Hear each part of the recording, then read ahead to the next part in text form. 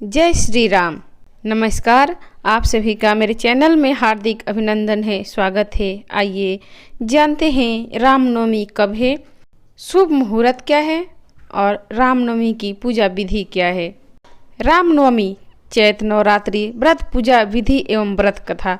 नवरात्रि भारत के महान पर्वों में से एक है जो सामूहिक धर्म अनुष्ठान के रूप में किसी न किसी प्रकार हर वर्ष उत्साह के साथ मनाया जाता है। रामलीला, रासलीला, गंगनौर पूजा, दुर्गा पूजा आदि कार्यक्रम आश्विन मास में होते हैं और चैत्र में फूल डोल और रामनवमी जैसे उत्सव तरह तरह से आयोजित की जाती है। चैत्र नवरात्रि रामनवमी का पर्व हमेशा होली के कुछ दिनों बाद मनाया जाता है।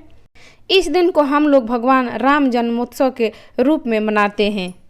भगवान राम सदाचार के प्रतीक है और इन्हें मर्यादा पुरुषोत्तम भी कहा जाता है। रामनवमी के दिन प्रति वर्ष जुलूस निकाला जाता है। उसमें राम, सीता, लक्ष्मण की मूर्तियां रखी जाती है। वाल्मीकि रामायण और रामचरित्र मानस का पाठ गायन किया जाता है। घरों में मिष्ठान बनाया जाता है, कन्याओं को भोजन कराया जाता है तथा पूजा अर्चना की जाती है।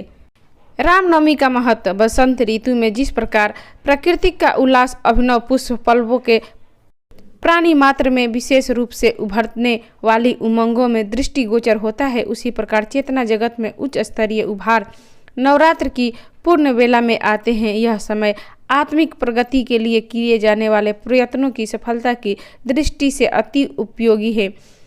इसलिए साधना के क्षेत्र में रामनवमी को सदा से बहुत महत्व दिया जा रहा है। संध्या वंदन के लिए संध्या काल अति उपयोगी समझी जाती है क्योंकि ये समय दिन और रात मिलने का समय है। ठीक इसी प्रकार सर्दी और गर्मी ऋतु जब मिलती है तो आश्विन और चैत्र के नवरात्र पर्व आते हैं।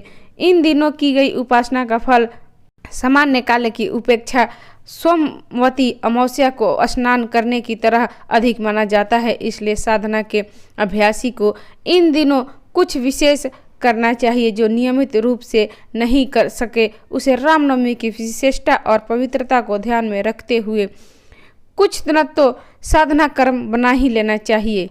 रामनवमी व्रत कथा। वंश में राजा दशरथ नाम के राजा अयोध्या में राज करते थे। उनकी 3 पत्नियां थी, कौशल्या, केकया और सुमित्रा।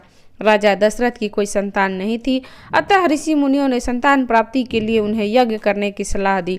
उन्होंने वशिष्ठ ऋषि से यह यज्ञ करने के लिए कहा। वशिष्ठ ऋषि ने श्रृंगी ऋषि को यज्ञ करने के लिए बुलाया। यज्ञ प्रारंभ हुआ। उस यज्ञ में खीर बनाई गई। उस खीर को 2 भागों में बांटकर कौशल्या केकई को दे दिया गया। कौशल्या और केकई ने अपने अपने हिस्से में से थोड़ी थोड़ी सी खीर खाकर सुमित्रा को भी दे देती है। अतः कौशल्या का पुत्र राम, केकई का पुत्र भरत तथा सुमित्रा को 2 पुत्र लक्ष्मण तथा शत्रुघ्न हुए। कौशल्या के पुत्र राम को जन्म चैत्र सुदी नवमी सोमवार को हुआ था।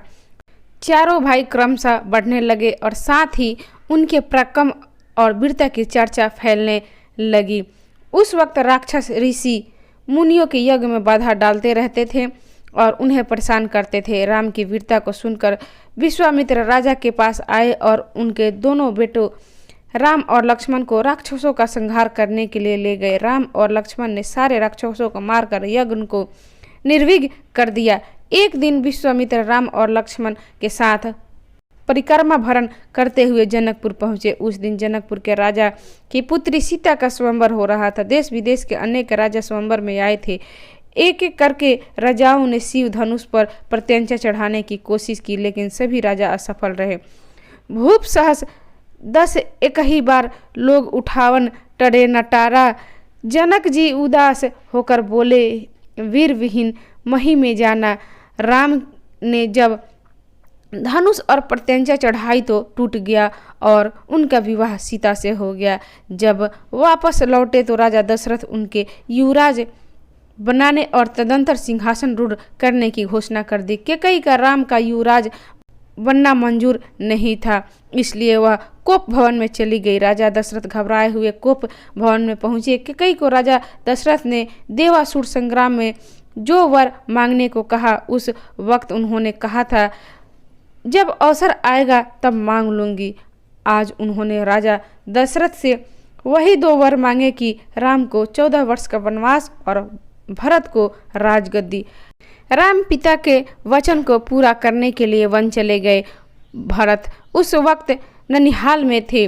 राम वियोग में दशरथ के प्राण पखेरु हो गए। वशिष्ठ ने दशरथ की मृत्यु उपरांत भरत को बुलाया और उन्हें सारा वृत्तांत सुनाया। भरत अयोध्या की जनता के साथ राम को पुनः वन से वापस लाने के लिए चल पड़े। चित्रकूट में दोनों भाइयों की भेंट हुई। भरत और अयोध्या वासियों ने कातरवानी में उनसे वापस लौटने को आग्रह किया, लेकिन राम ने मना कर दिया। अंत में भरत राम की खड़ाऊं लेकर अयोध्या आए और खड़ाऊं को सिंहासन पर रखकर राम की मूर्ति में रूप में मानकर राज्य संचालन करने लगे। भरत महल में रहकर राम की भांति अयोध्या के समीप नंदीग्राम में निवास करने लगे।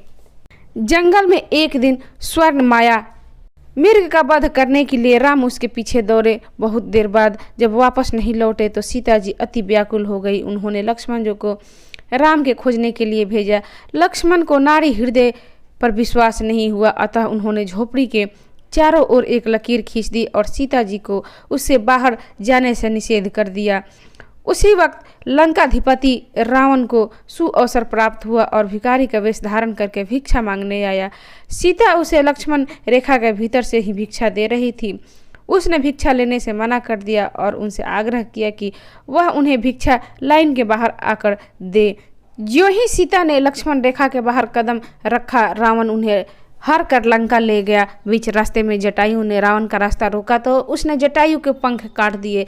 राम सीता की झोपड़ी में न पाकर विचलित हो उठे। उन्होंने लोगों से तो सीता के बारे में पूछा ही, साथ में वन के पेड़ पौधों से भी पूछते रहे। हे खग, हे मृग, हे मधुकर श्रेणी, तुम देखी सीता मृग नयनी। चलते चलते मार्ग में राम की भेंट जटायु से हुई। उसने सारा विवरण कह सुनाया। अब राम का क्रोध भड़क उठा।